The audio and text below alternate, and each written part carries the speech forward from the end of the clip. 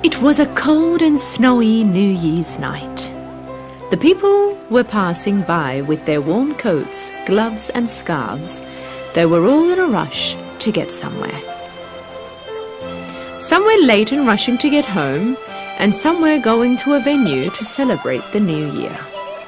Children were running around on the streets throwing snowballs to each other. Of course, they were the ones enjoying the snow the most.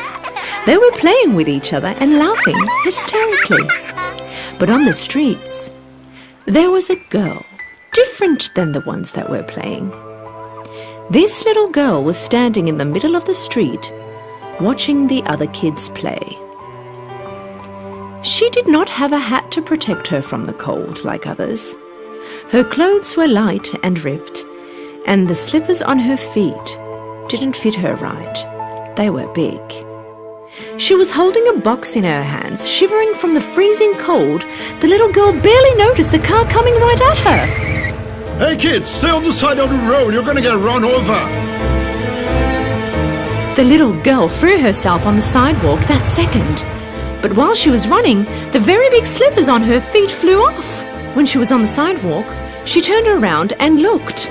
She saw a boy running with her slippers. "My slippers!" She yelled and ran after him, but the kid ran away fast. "Hey, stop!"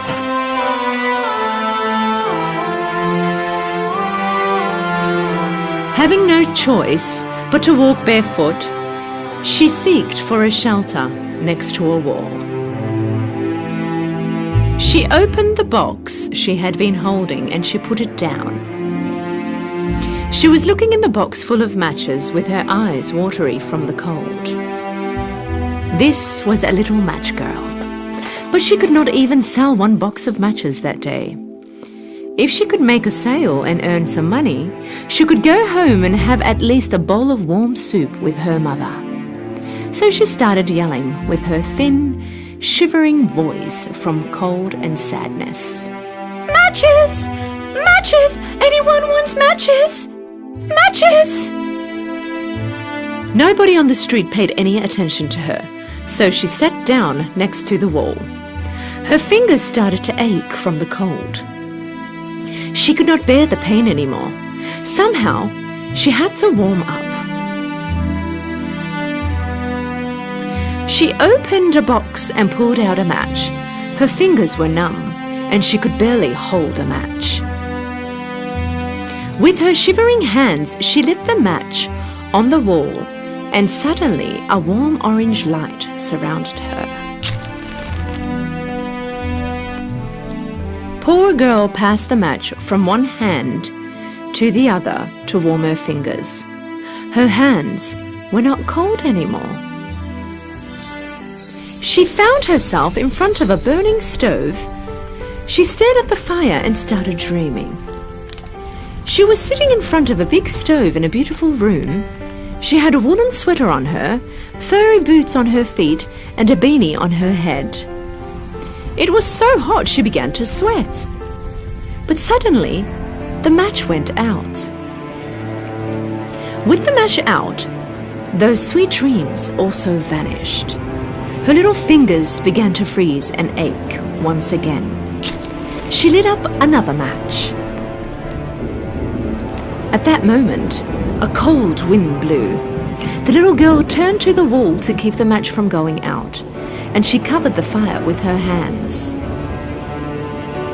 Whilst she was looking at it, the wall suddenly vanished and opened up. There was a big room inside.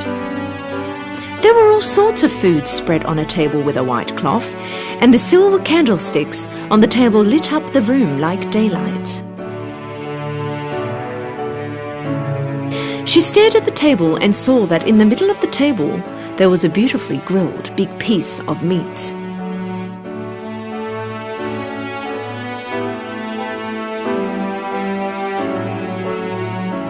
She immediately ripped a piece of it and put it in her mouth. Suddenly, she wasn't hungry anymore. The little match girl wanted to take another piece of meat. She reached out, but the match she had in her hand went out pretty fast. Poor girl's hand burned and she threw the match away. "Ow! Ow!" As soon as she threw away the match, the feast on the table and the room vanished. The wall reappeared. Little match girl lit another match. Now she was in an even bigger dream. She was sitting under a tree on a summer night, looking at the stars above. It was still warm, even though it was night time. The little girl could not take her eyes off of the stars. She never saw the sky and the stars so clear and sparkling before. Then suddenly, she saw a shooting star. She thought to herself, "There goes another one of us flying into eternity." These are actually her grandmother's words. At that moment, she saw her grandmother appear.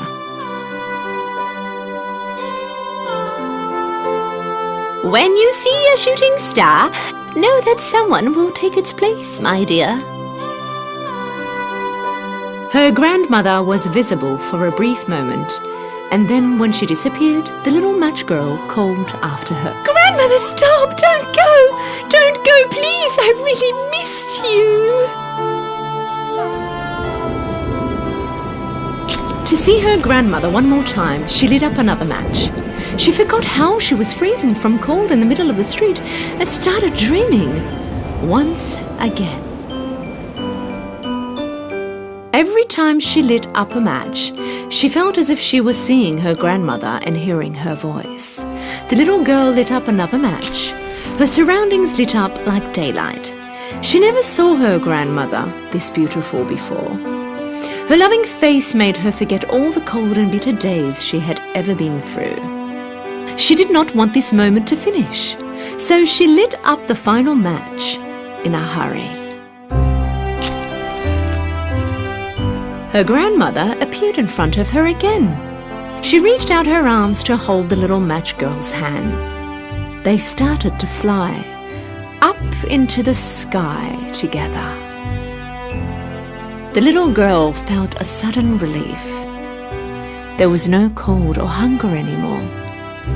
At that moment, another shooting star went on by.